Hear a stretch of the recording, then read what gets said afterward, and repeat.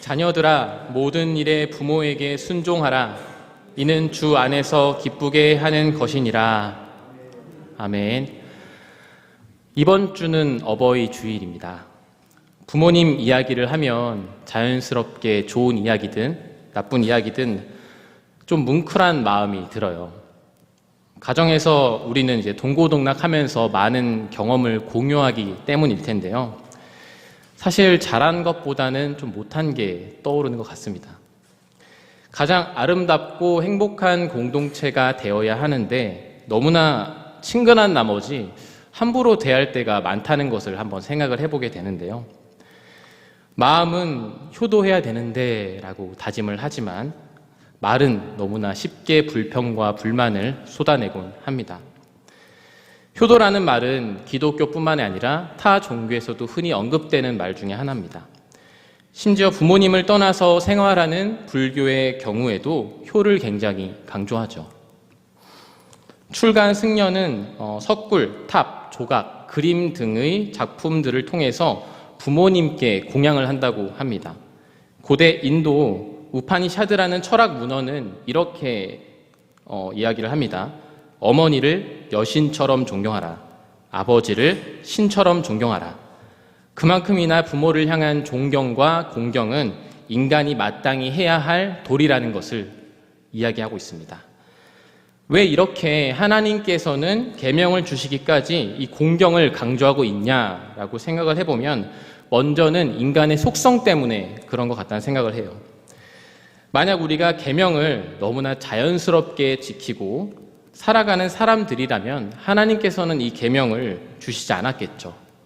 하지만 타락한 인간은 주님께서 계명을 주셨음에도 불구하고 순종하지 않습니다. 눈에 보이는 하나님도 그렇지만 눈에 보이는 부모님의 말도 듣지 않는 것이 인간인 거죠. 기본적으로 우린 그렇게 불순종하는 속성을 갖고 있습니다. 이 계명이 얼마나 귀하고 거룩한 것인지를 잘 모르고 살 때가 너무나 많은 것 같아요.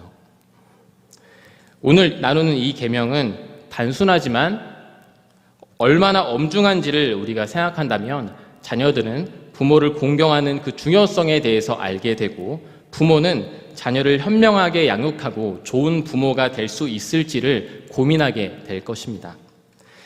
먼저 십계명에서 부모를 공경하라는 계명은 그 이웃사랑에 해당하는 계명 중에 첫 번째 계명에 해당을 합니다. 그렇다면 왜 하나님께서는 부모님을 사랑하라라고 말씀하시지 않고 공경하라라고 말씀하셨을까요? 하나님은 부모님의 역할을 구분하셨기 때문입니다. 여기서 공경이란 히브리어 원어의 의미를 보게 되면 무겁다라는 뜻을 갖고 있는데요. 이것은 비유적인 의미로 자주 활용이 됩니다. 공경은 부모를 명예롭고 존경스럽고 영광스럽게 대하라는 뜻을 갖고 있는데요. 이것은 단순히 부모님에게 친절하고 공손한 말로 대하라는 뜻만이 아닙니다.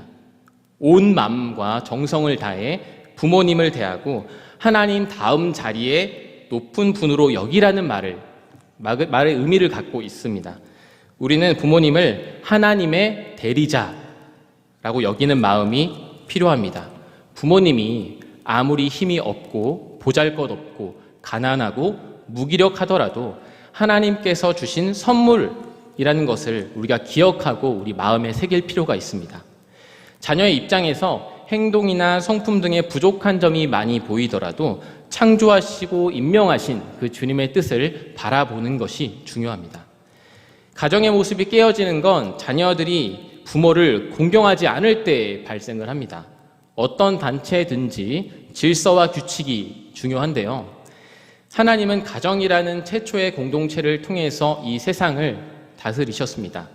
우리에게 맡겨진 가정을 운영할 때의 원칙은 자녀는 부모를 공경하고 부모는 자녀들을 말씀으로 훈육함으로써 가정의 질서를 보호하고 주님의 가르침을 수행하는 것입니다. 그러므로 계명으로 주어진 부모님을 공경하라라는 말씀을 지키고 말고의 문제가 아니라는 것이죠. 주님께서는 부모를 명확하게 공경하라라고 말씀하셨습니다. 그런데 어느 순간 이 공경이 사라지고 이 계명을 너무나 쉽게 여기는 풍토들이 많아졌습니다. 우린 이 말씀을 하나님의 계명이라는 사실을 쉽게 망각하는 경우들이 많죠. 그러나 성경은 이를 엄중하게 이야기를 하고 있습니다. 마태복음 15장 4절은 이렇게 말합니다.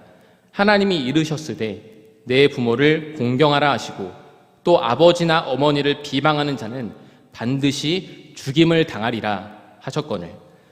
그렇다면 이 말씀을 우리가 반대로 생각하면 어떨까요?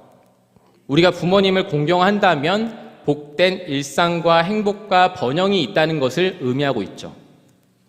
이런 성경 구절도 존재합니다. 에베소서 6장 2절에서 3절인데요. 내 아버지와 어머니를 공경하라. 이것은 약속에 있는 첫 계명이니 이로써 내가 잘되고 땅에서 장수하리라 하고 말하고 있습니다. 이 성경 말씀은 단순히 오래 산다는 것뿐만 아니라 우리가 누리게 될 모든 좋은 것들도 소유하게 된다라는 뜻을 담고 있습니다. 이건 다음 세대까지 연결되는 소중한 영적 재산이라는 거죠. 그럼에도 불구하고 부모에 대한 불순종이 얼마나 위험한 것인지를 인식하지 못한다면 저는 종교개혁자 마틴 루터가 말한 내용을 여러분들에게 읽어드리고 싶습니다. 당신이 부모에게 순종하기 싫다면 차라리 사형 집행인에게 복종하는 편이 낫습니다. 그것도 싫습니까? 그렇다면 차라리 뼈를 늘어뜨리고 다니는 전령에게 복종하십시오. 그 전령의 이름은 죽음입니다. 이 계명의 의도는 얼마나 하나님을 섬기는지를 확인하는 것도 되는 것이죠. 악이 창궐하는 이 세상에서 자녀들은 부모를 안중에 두지 않습니다. 이것은 하나님을 잊고 사는 현실을 반영하고 있죠.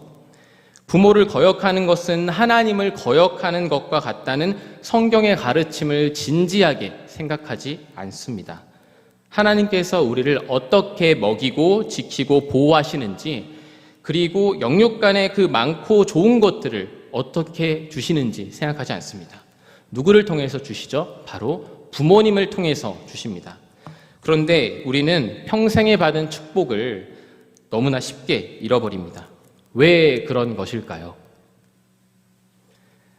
그리스도인으로서의 정체성을 잘 모르기 때문이고 자신의 위치를 잘 파악하지 못하기 때문입니다. 자신이 하나님의 도움이 없이도 살아갈 수 있다는 교만함이 가득합니다. 자기 자신이 주인이 되고자 하는 마음이 크죠. 누군가에게 순종하기 또한 싫어합니다. 그래서 부모를 공경하라는 계명을 주님께서 십계명에 새겨 넣으실 정도로 강력하게 말씀하신 것 같아요. 그러니까 부모가 자녀에게 가장 듣기 싫어하는 말 1순위가 그런 거죠. 내가 알아서 할게 라는 말인지도 모르겠어요. 일단 저희 어머니한테 물어보니까 그렇게 대답을 하시더라고요. 우리는 점차 개인주의가 팽배해지고 누군가를 위한 순종 또한 사라지고 있는 그런 시대를 바라보고 있습니다. 나라는 어떤 주체가 강조가 되고 공동체는 나를 위해서 소비되고 있는 사회가 되고 있어요. 그러므로 현 시점에서 부모님을 공경하라는 이 계명의 중요성이 드러날 수가 있죠. 개인뿐만 아니라 공동체를 질서 있게 유지하기 위해서 필요하기 때문인데요. 순종이란 명령하고 다스리는 윗사람을 향한 태도라고 할 수 있지만 이것은 모든 공동체에 통용되는 규칙입니다. 가정에서 올바르게 순종을 배우는 자녀들은 학교와 사회를 유익하게 만드는데 큰 역할을 할 수 있습니다. 그러나 이러한 순종은 단순히 자녀들에게 강요하는 것만으로는 해결될 수 없죠. 부모의 역할도 굉장히 중요합니다. 요새는 부모님이 자녀들에게 회초리를 드는 것이 아동학대라고 말하는 시대가 되었습니다. 사랑의 매라는 말을 하기가 참 쉽지가 않죠. 성경은 그래서 두 가지를 말하고 있는데요. 잠언 13장 24절은 매를 아끼는 자는 그의 자식을 미워함이라. 자식을 사랑하는 자는 근실이 징계하느니라 하고 말하고요. 에베소서 6장 4절은 너희 자녀를 노엽게 하지 말고 오직 주의 교훈과 훈계로 양육하라 라고 말하고 있습니다. 여기서 중요한 건 부모님의 지혜로운 양육 방식이겠죠. 매번 자녀가 잘못했을 때 엄하게 회초리를 든다면 자녀는 부모에 대한 어떤 공포심 때문에 순종할 것이고 반대로 회초리를 들지 않고 잘못에 대해 적당하게 넘어간다면 부모에 대한 순종보다 자기 자신을 사랑하는 마음이 더 자녀들에게 커지게 될 수 있겠죠. 이 시점에서 우리는 부모의 올바른 훈육이 무엇인지를 생각해 볼 수 있습니다. 헐룩이란 발달 심리학자는 훈육에 대해서 이렇게 말을 했습니다. 훈육이란 자녀의 성장과 발달을 위해 행하는 학습과 훈련이며 사회 문화적으로 인정되는 행위와 역할을 학습시키는 부모의 의도적인 사회화 과정이라고 말을 했습니다. 이는 하나님의 말씀대로 양육하기 위해서 하나님 사랑뿐만 아니라 이웃 사랑이 동시에 있어야 된다는 것도 말하고 있죠. 부모는 자녀를 교육할 때 또한 이제 단순히 물질적인 도움과 그들이 원하는 것을 채워주는 것만으로는 멈춰서는 안 됩니다. 부모님은 하나님을 찬양하고 그분께 영광을 돌리는 삶이 최으뜸이다라는 사실을 교육해야 합니다. 이때 믿음의 아이를 바르게 가르치고 교육하기 위해서는 부모의 행동 또한 중요하죠.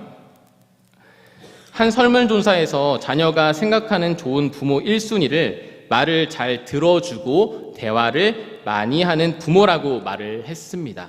이를 볼 때 유대인의 교육 방식에 대해서 이야기를 하고 싶은데 꽤나 흥미로운 부분들이 있어요. 우리나라의 부모님들은 이제 자녀의 약점을 보완하려는 어떤 경향이 있어요. 부족하면은 학원을 알아보고 성에 안 차면은 가외 선생님을 알아보기도 하죠. 그것이 부모가 할 수 있는 최선이라고 생각을 합니다. 하지만 유대인 부모는 아이와 밀도 있는 대화를 통해서 그들이 가진 달란트를 찾아요. 많은 것을 부모와 의논하고 토론하는 문화가 있는데요. 어렸을 때부터 경제 교육을 받고 보험, 증권, 적금 통장, 증권 통장들을 만들어 관리와 사용처에 대해서 의논을 한다고 합니다. 뿐만 아니라 기부 문화 또한 활성화가 되어 있어서 유대인이 어떤 한 자는 모든 계명을 합친 것보다 자비가 더 중요하고 자비를 행하지 않는 자는 우상 숭배를 행하는 자와 같다라고 이제 이야기를 하기도 했어요. 이러한 전통과 교육은 부모의 올바른 교육 아래에서 자연스럽게 다음 세대에 전승되는 것입니다. 노인들에게 밥을 짓고 아픈 사람을 방문하고 자원봉사를 하고 전문성을 나누고 그리고 미소를 보이는 모든 것이 부모의 교육에 달려있는 것이죠. 또한 훈육을 위한 체벌을 할 때 그들은 엄격한 조건과 원칙이 있다고 합니다. 남에게 피해를 주는 일을 하거나 위험한 행동을 할 때 또는 규범에 어긋나는 일을 할 때만 체벌을 한다고 해요. 훈육을 행할 때 부모는 우선 자신의 감정을 먼저 살피고 분노가 일어났다면 평정심을 찾게 해달라고 기도를 올리기도 한답니다. 그리고 아이에게 행동에 대해서 설명할 기회를 주고 이제 체벌을 가한다고 합니다. 물론 이 방식을 한국 사회에 전부 다 적용할 수는 없겠지만 그들의 교육에서 우리가 장점을 발견할 수 있죠.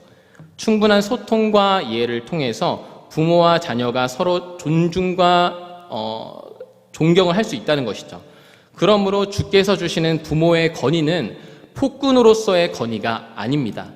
그리고 자신의 기호와 감정에 따라 자식을 다스리는 것이 아니라 하나님께서 우리를 인내하셨듯이 인내하며 가르치는 것입니다.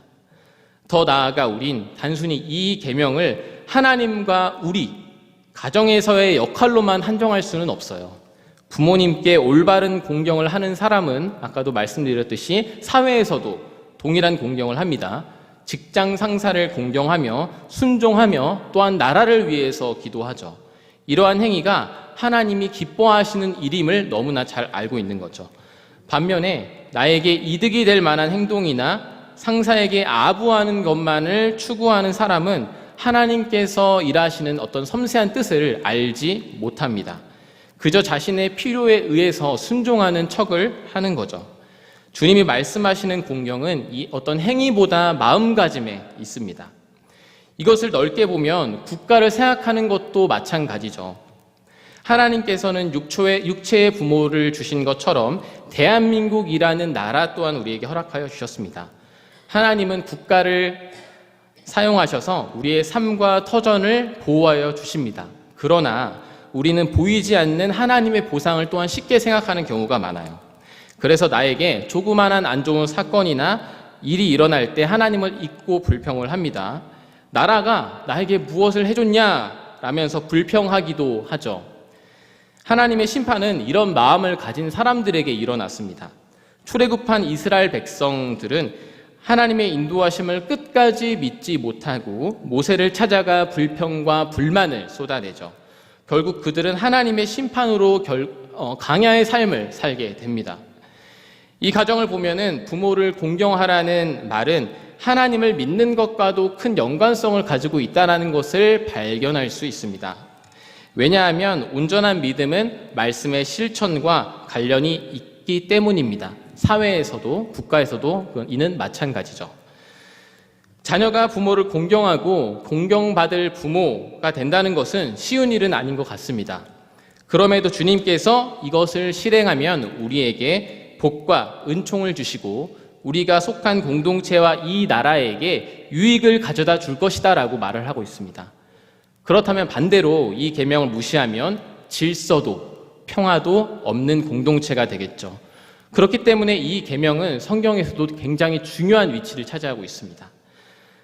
성경에서 다윗의 아들 압살롬은 아름다운 용모와 화려한 언변을 가지고 있었지만 부모를 배반한 불효의 아이콘으로 손꼽히는 인물입니다.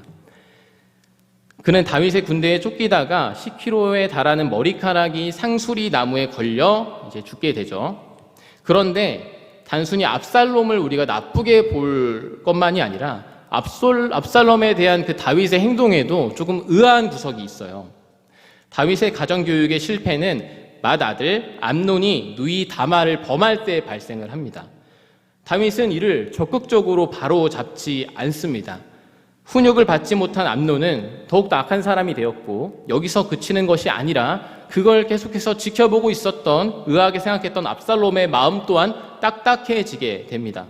이 과정에서 압살롬은 그 복수심에 암논을 살해하게 되죠. 이 쓴뿌리는 다윗에 대한 배반으로 이어지게 됩니다. 우리는 다윗을 하나님의 마음에 합당한 자라고 칭송하기도 하지만 결코 아버지로는 좋은 모델이었냐? 그건 또 아닌 것 같아요. 밧세바를 범하고 우리아를 죽게 한 그의 행실은 솔직히 존중하기가 좀 힘들죠. 부모를 공경하라 말하기 전에 우리 자신을 돌아볼 수 있어야 합니다. 부모를 공경하는 삶이란 책임이 있는 삶입니다. 우리 자신이 어떻게 살고 있는지 그리고 나 자신부터 부모님을 공경하고 있는지를 생각해 볼 때 할 수 있는 말이기도 해요. 공경을 먼저 보여줄 수 있는 우리의 삶이 되기를 원합니다.